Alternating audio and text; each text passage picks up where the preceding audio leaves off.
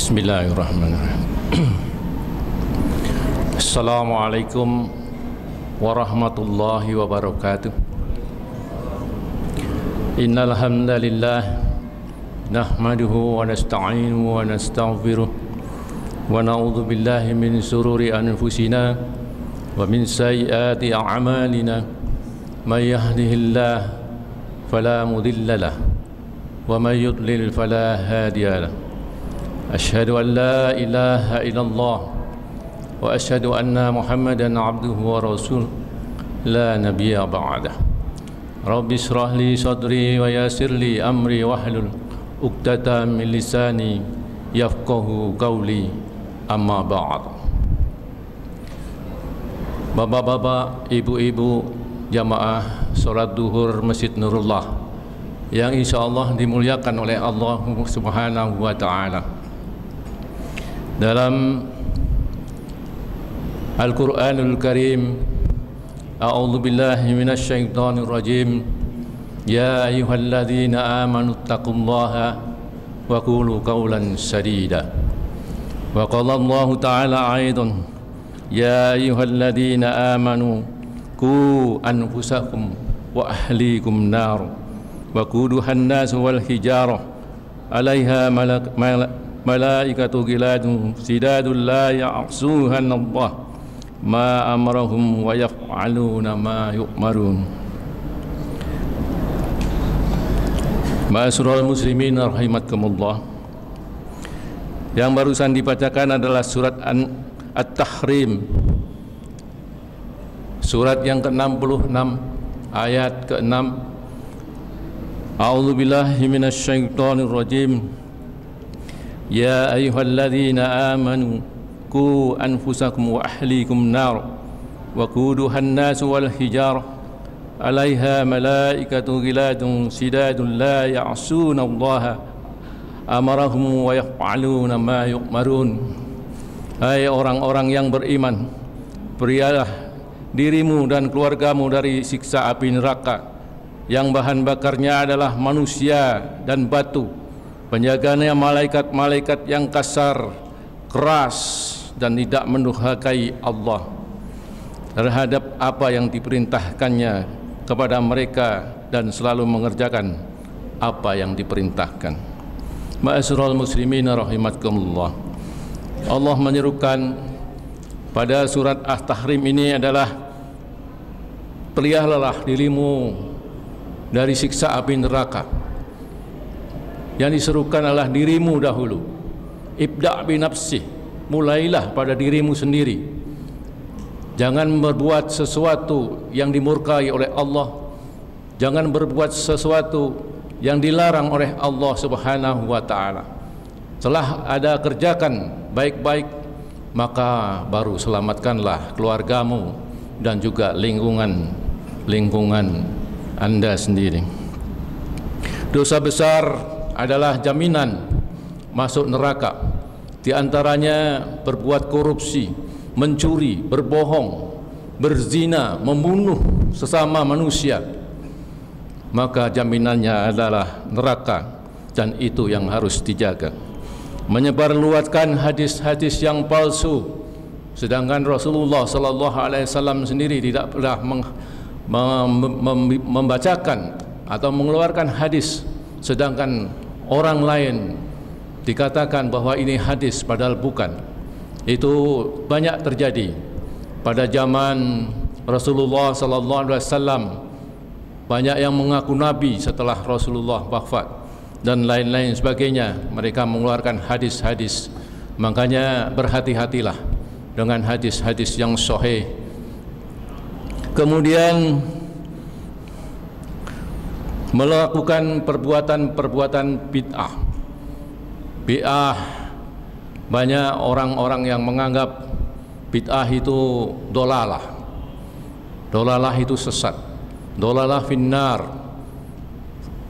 Jadi urut-urutannya bid'ah. Bid'ah itu dolalah. Dolalah itu finnar.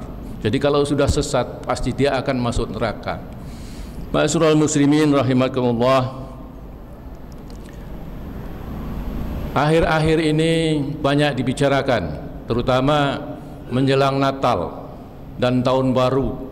Kemudian di bulan Januari insya Allah ada Maulid Nabi, dan kemudian ada lagi Isra Mi'raj. Banyak saudara-saudara kita yang masih memperingati Maulid Nabi, Isra Mi'raj dan lain-lain sebagainya. Ada juga yang menyebutkan bahwa Isra Mi'raj itu ikut-ikutan, atau Maulid Nabi itu ikut-ikutan dengan Natal, lahirnya Nabi Isa. Mereka merayakannya dengan kelahiran Yesus. Maka umat Islam memperingatinya Maulid Nabi sebagai tandingan. Baiklah, saya ingin menyampaikan, ada seorang ustadz yang kebetulan saya bisa tanya kepada beliau, sebetulnya apa sih akar permasalahan Maulid Nabi itu, riwayat-riwayatnya. Karena di dalam hadis tidak ada. Rasulullah SAW sendiri tidak ingin dirayakan sebesar-besarnya kelahiran beliau, sedangkan umat Islam memperingati. Oh, kata jawab ustadz itu sebetulnya begini, ada seorang ulama besar yang namanya Salahuddin Al-Ayyubi. Beliau hidup 300 tahun setelah Rasulullah sallallahu alaihi wasallam wafat, sehingga tidak ada hadis yang memperingati hari kelahiran Nabi itu. Namun apa yang dilakukan oleh Salahuddin Al-Ayyubi, bahwa pada waktu itu umat Islam selalu kalah dalam peperang, kalah dalam pemilihan pemimpin, kalah. Apa sebetulnya kiat-kiat ini? Mari kita ambil suatu momentum bahwa kita itu harus mengenang perjuangan Nabi. Nabi itu kira-kira bulan apa ya lahirnya? Kita coba itu sebagai judul aja. Intinya adalah tablik akbar. Jadi masyarakat pada waktu itu diceramahi sama Salahuddin Al-Ayyubi bahwa perjuangan Rasulullah itu di perang Khaybar, di perang Badar, di perang Uhud, di perang Khandaq, semua sahabat-sahabat itu ada yang mati, dan matinya itu mati syahid. Apa sebetulnya mati syahid itu? Mati syahid adalah mati yang masuk surga tanpa hisab. Maka dari itu semangatnya menggebu-gebu pada waktu itu, setelah diceramahi pada momentum baik itu Maulid Nabi maupun Isra Mi'raj, bahkan mungkin ditambah pada turunnya Al-Quran 17 Ramadan.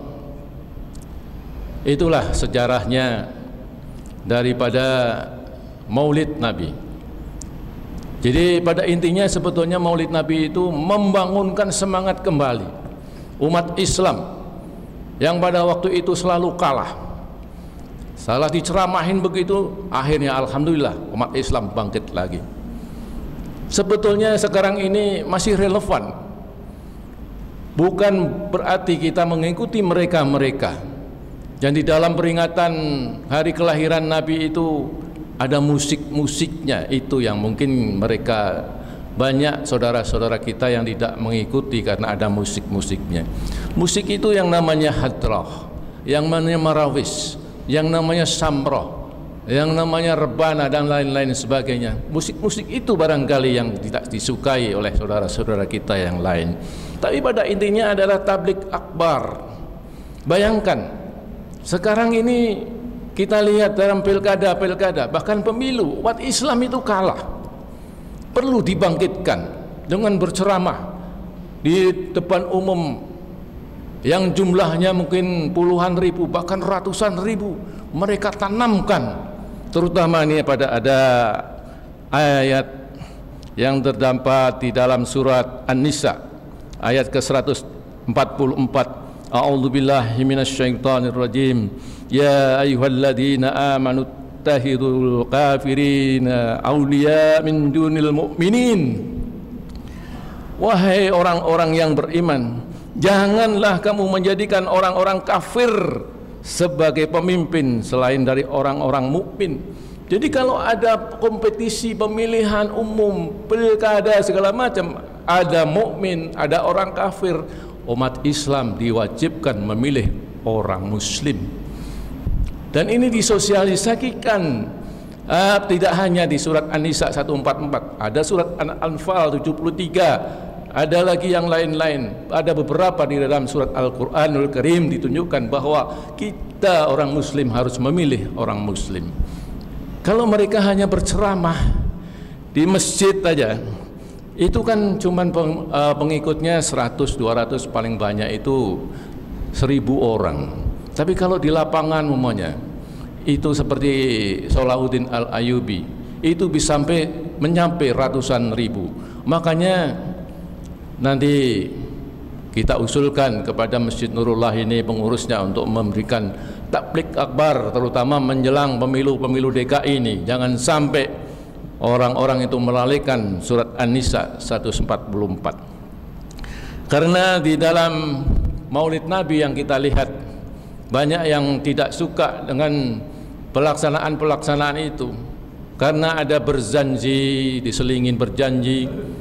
Ada lagi manakib yang mereka adalah menyerangkan riwayat-riwayat Rasulullah SAW dan keluarganya, dan juga riwayat-riwayat dari sahabat-sahabatnya. Itu masih berbahasa Arab dan mereka tidak memahami, dan itu memang banyak yang tidak mengerti apa sebetulnya yang mereka bacakan. Tapi sebetulnya dalam cikal bakal Maulid Nabi yang disampaikan oleh Salahuddin Al-Ayyubi adalah tabligh akbar, dan ini masih relevan untuk menandingi dari orang-orang kafir dalam memperebutkan kekuasaan atau pemimpin yang lebih islami.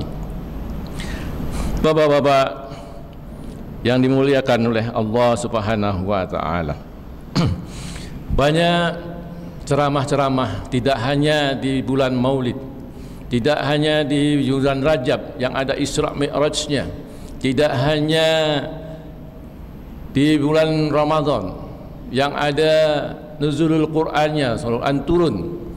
Bahkan sekarang ada yang diceramahkan pada waktu menjelang tarawih. Kalau ditanyakan dalilnya, ya nggak ada. Menjelang tarawih ada ceramah. Kemudian kultum ba'da duhur itu juga nggak ada. Kultum ba'da subuh dalilnya juga nggak ada. Tapi kapasitas dari Maulid Nabi adalah ceramah juga, dan itu yang dicecar.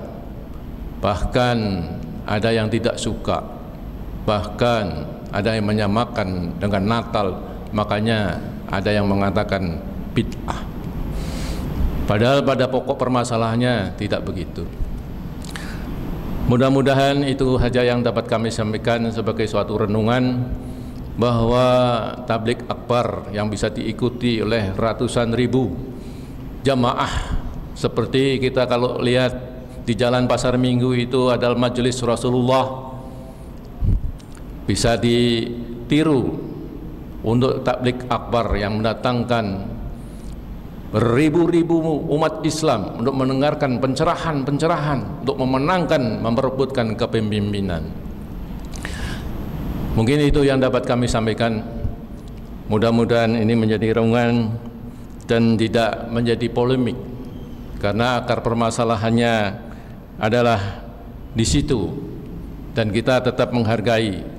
Hanya mungkin tambahan-tambahan tadi, ada musiknya, ada berjanji, ada segala macam, itu barangkali orang-orang yang suka.